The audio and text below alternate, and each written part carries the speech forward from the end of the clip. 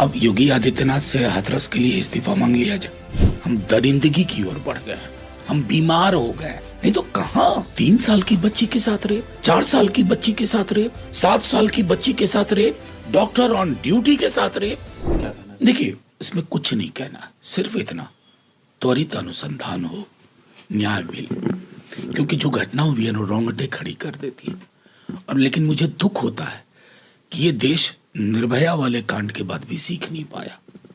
मैं बार बार आपके माध्यम से मैंने कहा कि अगर यूपी में घटना हो तो बड़ा आसान है यूपी सरकार को ब्लेम कर देना, बंगाल में घटना हो, बंगाल सरकारों की अपनी भूमिका होती है। लेकिन एक समाज के रूप में हम दरिंदगी की ओर बढ़ गए, हम बीमार हो गए। नहीं तो कहाँ 3 साल की बच्ची के साथ रेप, 4 साल की बच्ची के साथ रेप, 7 साल की बच्ची के साथ रेप, डॉक्टर ऑन ड्यूटी के साथ रेप। ये समाज के लिए भी बहुत गंभीर प्रश्न है। और मैं समझता हूं कोई भी सरकार हो उसके लिए ये टॉलरेट ना करने वाली चीज होनी चाहिए। ममता जी ने खुद कहा था कि सीबीआई को सौंपेंगे, अब माननीय उच्च न्यायालय ने हस्तक्षेप करके ये किया। त्वरित कार्रवाई हो, त्वरित कार्रवाई हो। लेकिन एक समाज के रूप में हमें भी अपनी भूमिका पर विचार करना होगा। लेकिन सर इस घटना के लगातार आक्रामक रुख इख्तियार किए हुए है भारतीय जनता पार्टी। न सिर्फ पश्चिम बंगाल के स्वास्थ्य मंत्री और चीफ मिनिस्टर का इस्तीफा मांग रही है, बल्कि ये भी आरोप लगा रही है कि लगातार पिछले कुछ महीनों में या कुछ सालों में पश्चिम बंगाल में महिलाओं के प्रति अपराध में बढ़ोतरी हुई है। इसलिए मुझे जिस बात का डर है, अब योगी आदित्यनाथ से हाथरस के लिए इस्तीफा मांग लिया जाए। अगर तब भी वो आक्रोश होता तो मैं समझता। मैं कह रहा हूं ना कि आक्रोश को पॉलिटिकल चश्मा नहीं पहनाना चाहिए।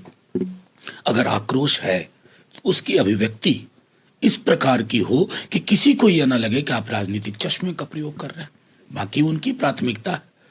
मैं भाजपा को सलाह देने वाली भूमिका में नहीं हूं, लेकिन हम में से कोई भी अगर ये कहीं भी होता है उसको डिफेंड ना करे, फिर चोट लगती है और चोट पीड़ितों और पीड़ित के परिवार को लगती है। सर लेकिन भारतीय प्रवक्ता सुधांशु जी ने कल मीडिया से बात करते हुए कहा कि जब उत्तर प्रदेश में इस तरह की घटनाएं होती हैं तो 2 लड़कों की जोड़ी जो है वो लगातार इस पर बयान देती है।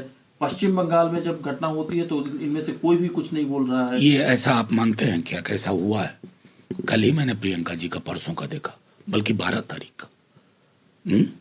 मतलब सुधांशु जी प्रेस कॉन्फ्रेंस करके कुछ भी बोल लीजिए, फिर वही आईना आपसे पूछा जाएगा कि आप यूपी पे क्यों चुप रहते।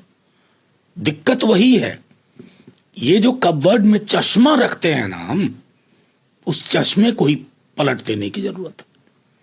यूपी के 2 लड़कों से, अरे कमाल की बात कर रहे हो। बांग्लादेश में जो हो रहा है उस पर सवाल हमारी सरकार निगोशिएट करे, बताए। अब वहां के 2 लड़के नहीं बोल रहे, 2 लड़के नहीं बोल रहे। ये मैं कहता हूं यहीं आकर के सारी चीजें खत्म हो जाती हैं।